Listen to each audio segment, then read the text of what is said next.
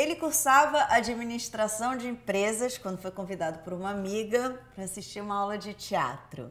Esse foi o início de uma paixão que levou ele a abandonar tudo para se dedicar inteiramente à carreira de ator, para a sorte de todos nós. Eu tenho o prazer de receber aqui no estúdio do Revista, querido, talentoso Du Moscovis.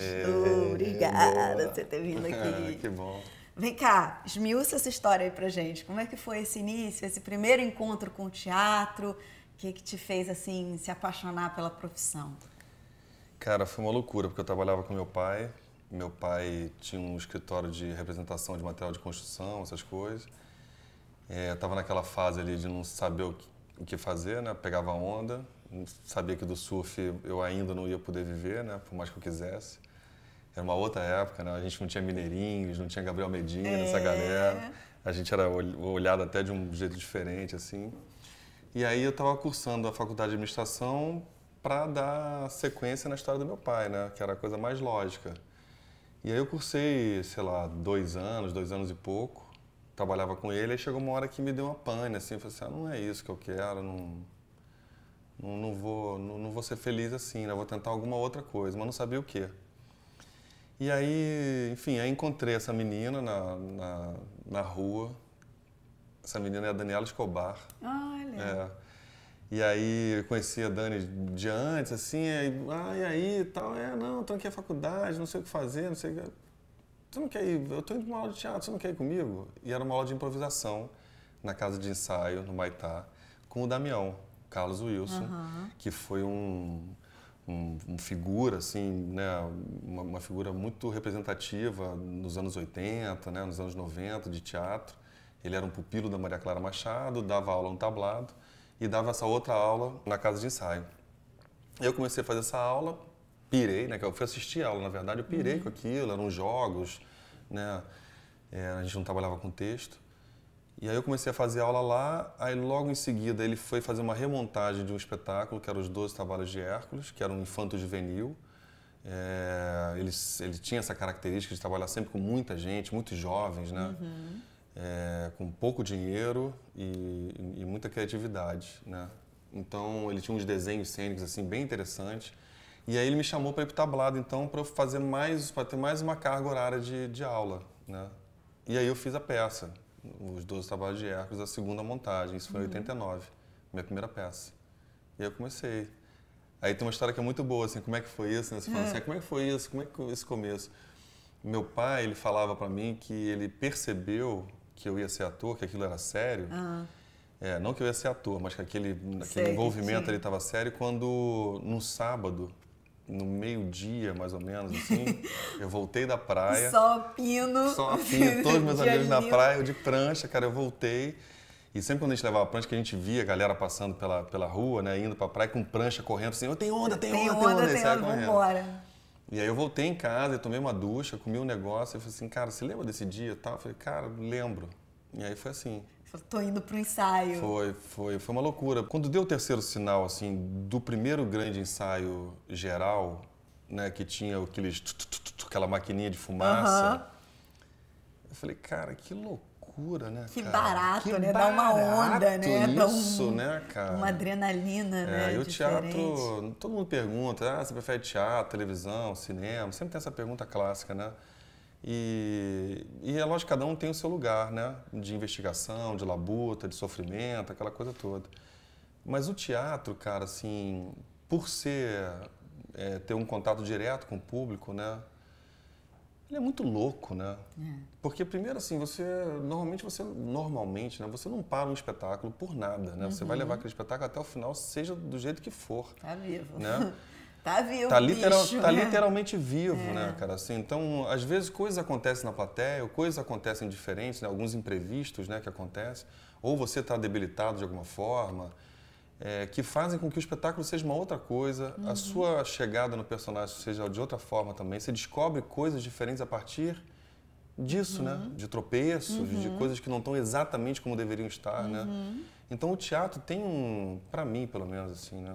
O teatro tem um ponto sedutor, assim, de risco, de perigo, que que me envolve muito, assim, me deixa Você muito... tem uma trajetória muito bacana no teatro também, né? Você fez muita televisão, você fez, sei lá, vi aqui na pesquisa, tipo, mais de 17 filmes. É mesmo, cara? Tudo isso já? Meu filho, Que bom, muito cara. bem. Ah, é. Mas você tem uma coisa com teatro, assim, de produzir, né? De fazer trabalhos de pesquisa, né? Você tem um trabalho com a Cristiane Jatahy muito bacana muito também, bacana, eu sou né? muito fã da Cris. Vocês fizeram um corte seco e fizeram o livro. O livro. Que é lindíssimo. Na verdade, a gente fez um outro espetáculo chamado André, que eu fiz uma participação, é a história de uma menina que mora num campo e aí ela vê o vizinho dela na outra casa e ela só vê as costas desse cara. E ela se apaixona por esse cara, né? E aí desenrola essa história. Então é um monólogo, na verdade, né?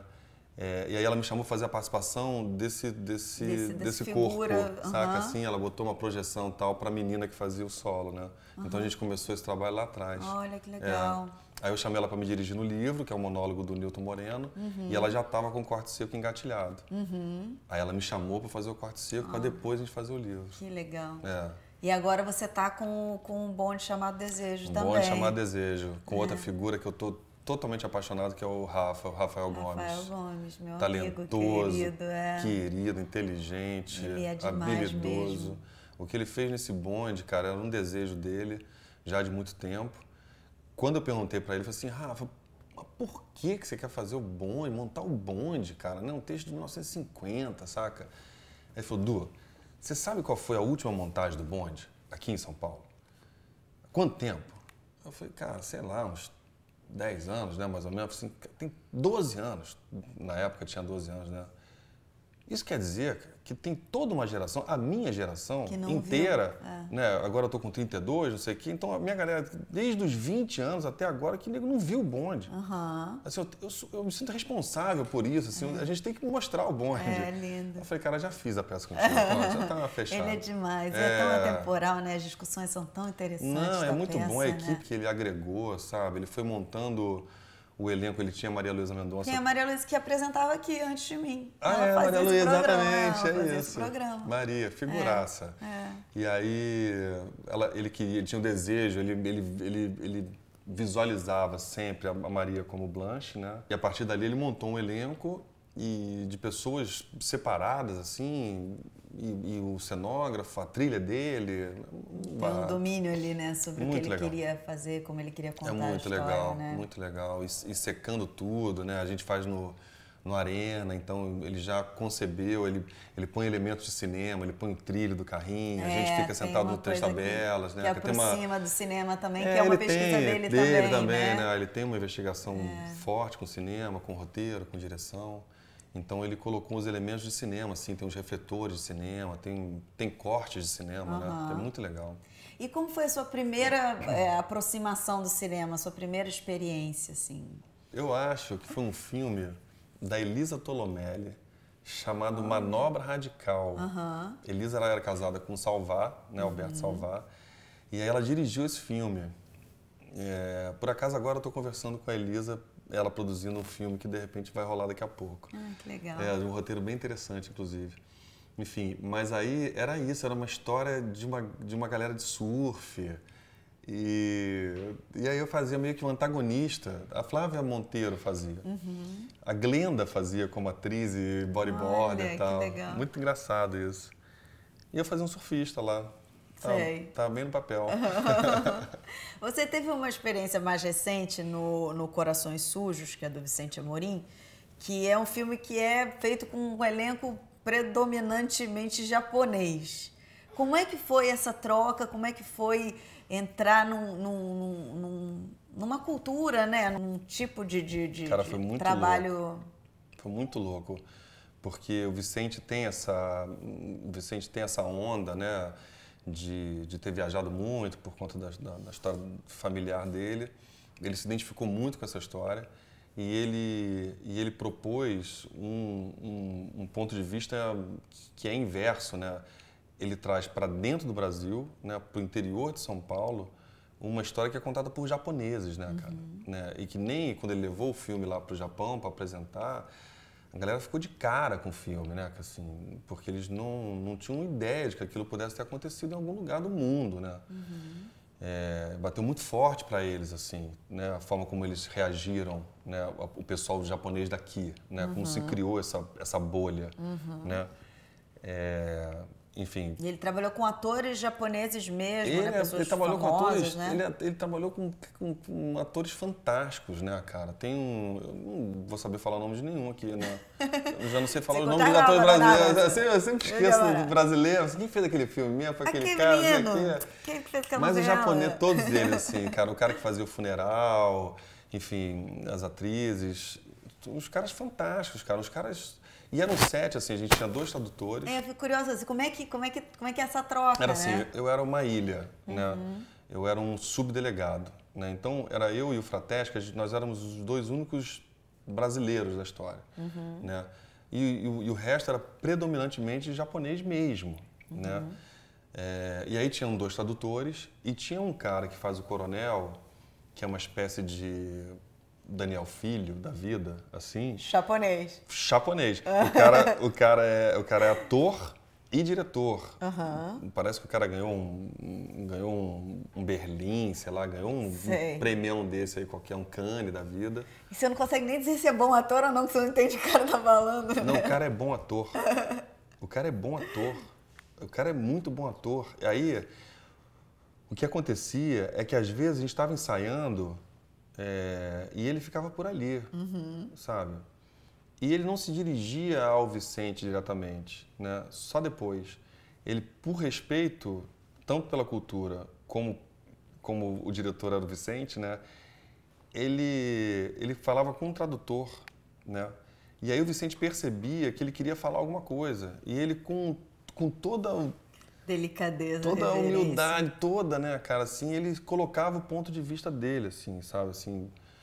E era fantástico, cara. Quando eu tava filmando, às vezes ele não tava no set, ele não tava filmando, e eu vi o cara passar por trás, assim, sabe? Tava por ali, perambulando. E o clima de trabalho é totalmente diferente, né? Totalmente diferente. Imagino. Até nervoso, assim. Eu fazia um subdelegado e eu torturava o protagonista, né? Eu prendia o cara, que é um japonês maior que eu, o cara enorme, lindo. Eu falei, cara... E o cara... Como é que faz, né? Cara, o cara um olhão assim reto, sacou? O cara desse tamanho, todo seco. Tipo Eles têm uma coisa com a disciplina, não, né? e um muito foco, assim, né? Uma organização. Aí a gente tinha ensaiado e pra mim as coisas vão aparecendo muito na hora que você vai fazendo, né? Aparece mais na hora, tem mais ou menos a coisa desenhada e depois vão aparecendo coisas, né? Você vai criando junto. Aí me deu vontade de pegar ele uma hora. Aí eu falei pro Vicente, Vicente, tô a fim de pegar esse cara. Será que no Japão vai dar ruim isso? Falou, pega, né? Pega ele. Aí eu falei, mas não, cara, eu não vou, eu já não faço isso normalmente, saca? Assim, se eu não tenho intimidade com outro ator, eu não vou fazer, né?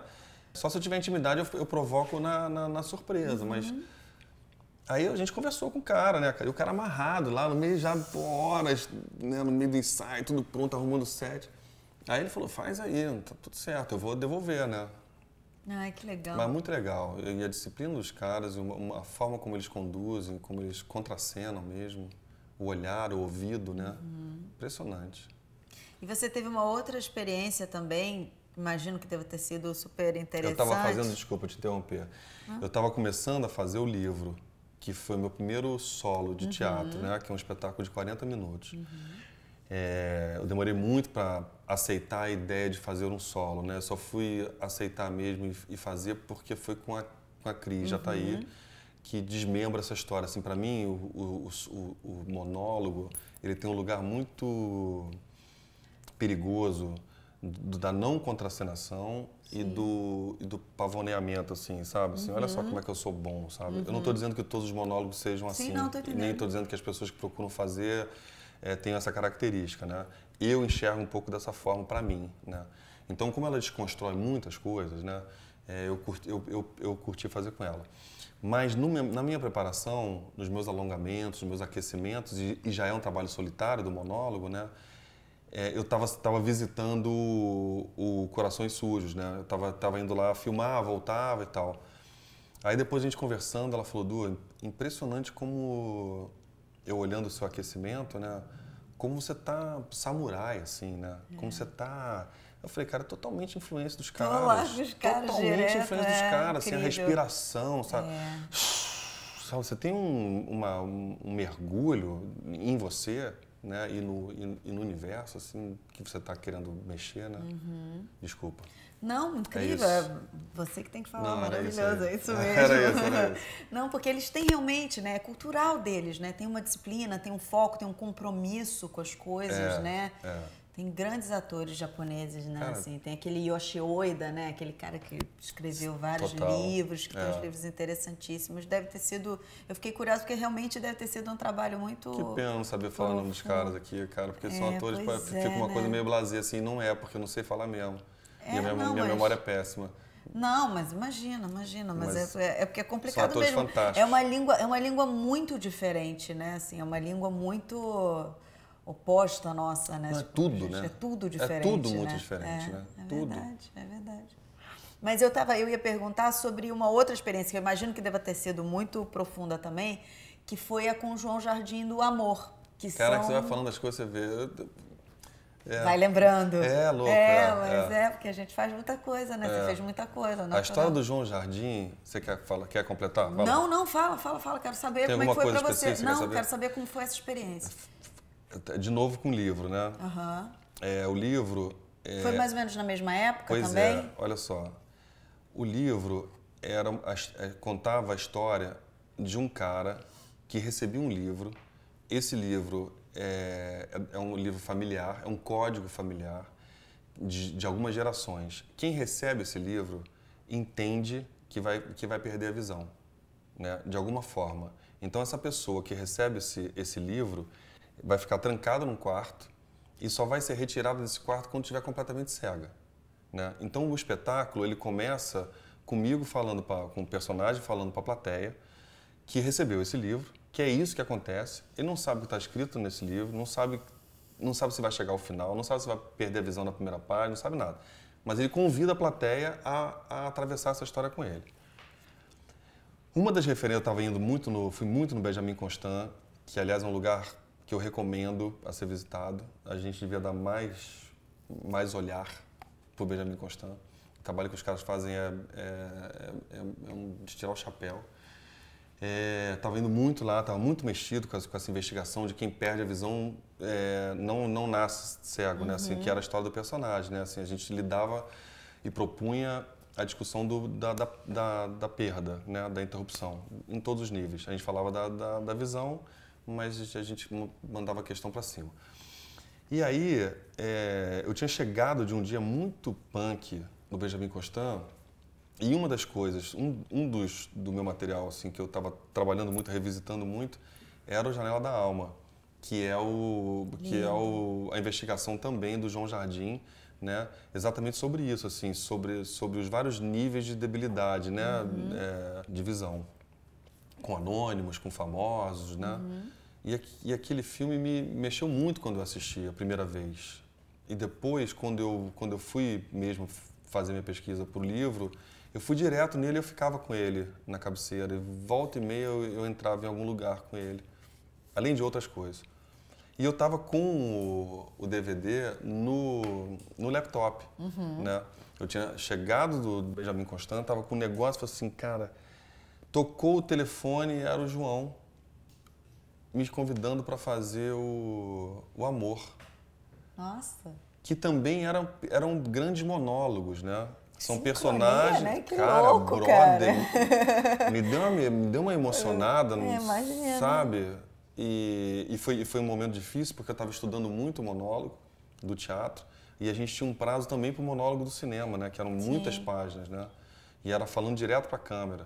O exercício do João era como se a gente estivesse dando um depoimento pro... Que é diferente do que a gente faz, outra mecânica, né? É outra né, onda. É outra mecânica. E era muito violento, né?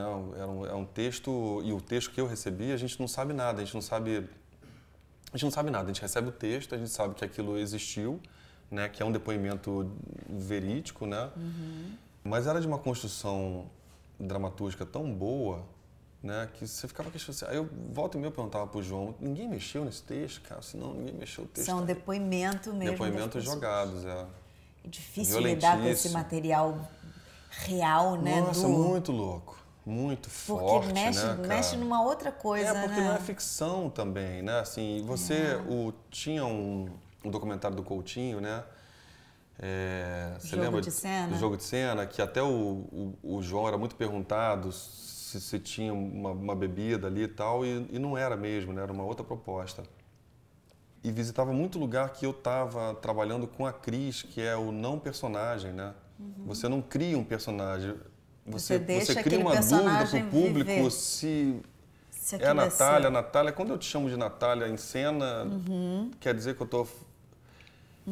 Essa dúvida de se é ator, se é personagem, quem que tá ali, né? Então esse trabalho pro João também, assim, era o Du, mas não era. Sim. Né? Falando aquelas coisas.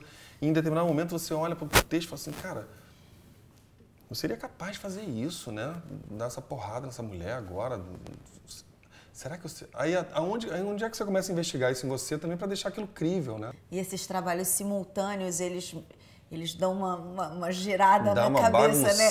Porque são umas chavinhas, assim, dá uma né? bagunçada. E aí você teve uma bagunçada boa. Boa, né? Você teve uma experiência parecida também com o outro lado do paraíso. O outro lado do paraíso. E o Amor em Sampa. O Amor em Sampa. Que são dois filmes bem diferentes que você fez mais ou menos ao mesmo tempo. Eu fiz exatamente ao mesmo tempo. Exatamente ao mesmo tempo. Eu primeiro, o Richelli e a Bruna já tinham me convidado para trabalhar com eles em outros momentos. Você já tinha trabalhado com eles como atores também? Não. E aí, nunca tinha rolado. Aí, dessa vez, o Richelli me convidou no telefone, poucos dias de filmagem. Eu estava saindo do Louco por Elas, que era um seriado da Globo, né? E aí o Richelli, o jeito dele, né, a falar, não, Du, vai ser gostoso, vem pra cá, todo mundo família, são poucos personagens, todos eles têm a mesma importância, são histórias que se interligam. Eu falei, Richelli, fechei. Aí depois apareceu o Outro Lado do Paraíso, que era um roteirão mesmo, que eu participava direto e tal, em Brasília e arredores de Brasília, né? Aí a gente conseguiu conjugar isso ainda. Então, nas minhas folgas do filme de Brasília, eu ia filmar em São Paulo, né? E era uma loucura, porque eu fazia o Outro Lado do Paraíso, a história de um cara que sai do interior de Minas. Ele está em busca do paraíso, né? É uma história também baseada numa história verídica, né? Ele tem 3 filhos e ele entende que o nascimento de Brasília e a oferta de trabalho que vinha de lá, né, era o paraíso, né? Opa! Aí ele entendeu que falou assim, cara, recebi o chamado. Isso, lógico, tá claro. Aí ele trocou a casa por um caminhão. Aí ele botou a família no caminhão e saiu do interior de Minas, em 1940 e blau, e foi para Brasília. De caminhão. Basicamente a história do Brasil, né? Com a família na boleia, sacou? E aí conta o Outro Lado do Paraíso, ele conta um pouco, tem um pano de fundo também ali do que se passou, né? Na construção de Brasília, enfim. E as perseguições. Mas tem uma onda mais de drama, assim, né? O filme é lindo. O filme é lindo demais. Ele é contado do ponto de vista do garoto, né? De um dos filhos. Lindo. E aí, os meninos arrebentam, os atores. Arrebentam, todos eles. Que legal. É um trabalho lindo deles. Do André, que é o diretor, e do preparador, do Luiz Mário. Muito bacana. Mas, enfim, era uma história rural dos anos 50, né? De um cara que não tinha grana, né? Aí eu saía de lá e ia para São Paulo, onde meu personagem era terno e gravata e tipo Mad Men, assim, sabe? O cara todo clean, todo polindo, né? Andando naquilo tudo, aquelas coberturas, né? E tinha que cantar, conta a história do cantar. A história do cantar é maravilhosa. Eu fechei com o Richelli. Falei, Richelli, pronto, eu vou fazer, pronto, sem ler roteiro, sem nada, né? Só naquele papinho do Richelli. Todo mundo já deve ter caído, ou gostaria de ter caído, né, no papinho do Richelli. Queridos os dois, o Richelli e a Bruna. E aí eu fui saber depois, 2 semanas depois, eu fui saber que o filme era musical. Né, cara, eu não canto. Eu tenho problemas com cantar, eu adoro cantar. Mas, assim, pra cantar em público, eu tenho problema mesmo, suo, eu fico tenso. E aí eu liguei pro Richelli e falei, cara, pô, desculpa, você me falou que era, né? Cara, assim, não, Du, não é nada não tem nada de musical. É assim, sabe na hora que você... Tem umas músicas lá. Você canta, tem uma hora que você canta, todo mundo canta, cara. Você não canta, você não tá dirigindo. Eu falei, Richelli, não vai rolar, cara. Aí ele falou assim, vamos fazer uma coisa. A gente tenta. Tem uma hora, assim, que a gente pode até, assim, você pode quase falar, sabe? Essa música você faz um rap? Você faz, cara. Aí foi uma loucura, né? Porque eu já tava lá no meio, né, cara? Não tinha jeito. E eu fui Cantou? Cantei, né? Cantei na marra, envelheci 55 anos. Maravilhoso. Foi maravilhoso, foi ótimo. Foi um barato. E como é que você lida, Du, com essa coisa de preparação para personagem? Eu sei que no Questão de Família, que foi a série lá do GNT, você faz um juiz, né? Então você visitou os tribunais e tal. Você curte essa onda de preparação de elenco? Como é que você... Ah, cara, eu curto. Eu procuro uma disponibilidade para isso, assim, né? É muito bom quando acontece um casamento, né? Um entrosamento. Eu tenho tido sorte nisso. Quando entra um preparador de elenco e quando tem uma busca sua individual mesmo, né? A Questão de Família eu fiz muito sozinho, tive uma assistência, né? Claro. Mas eu fui, acompanhei algumas audiências, eu saí muito arrasado porque questões de família, né? Assim, é difícil de lidar, normalmente né? O que a gente vai ver são separações, né? São brigas, às vezes muito pequenas, de pessoas que até há pouco tempo se amavam, né? Duro, né? É duro demais, duro demais. E quando você percebe que o olhar de um dos dois ainda não está totalmente duro para aquilo, né? Resolvido. Tem um olhar de questionamento, querendo entender alguma coisa, ou né? então de olhar para aquela pessoa e falar assim, cara, quem é você que morou comigo 20 anos, que eu não conheço, né? Muito duro, muito doloroso. Teve um dia que eu voltei lá do fórum com a moto, assim, nossa, eu chorava, cara, eu peguei o aterro, eu ia 50 por hora no aterro, chorava. Péssimo aquilo, eu falei pro juiz, eu falei, cara, como é que vocês fazem isso, como é que vocês lidam com isso, né? Tem que ter um distanciamento, e de uma né? habilidade, porque o juiz de família agora, ele busca sempre, ele parte do princípio da conciliação, né? Ele quer sempre conciliar as partes, né? Os interesses e tal, quer minimizar as diferenças, né? O que já é muito bacana. Então, o trabalho desse juiz que eu assisti, o trabalho dele, é muito sensível, muito bonito ele costurando, ele tentando de um lado, tentando de outro, muito legal. É bacana. Me serviu muito. É bacana. Muito bom. Tá bom, querido, muito obrigada, adorei você aqui, uma honra. Adorei, que bom. honra minha. Bom, se vocês quiserem assistir a entrevista na íntegra, vocês entrem no site revistadocinemabrasileiro.com.br. Eu deixo vocês com mais um filme de micrometragem. Até mais.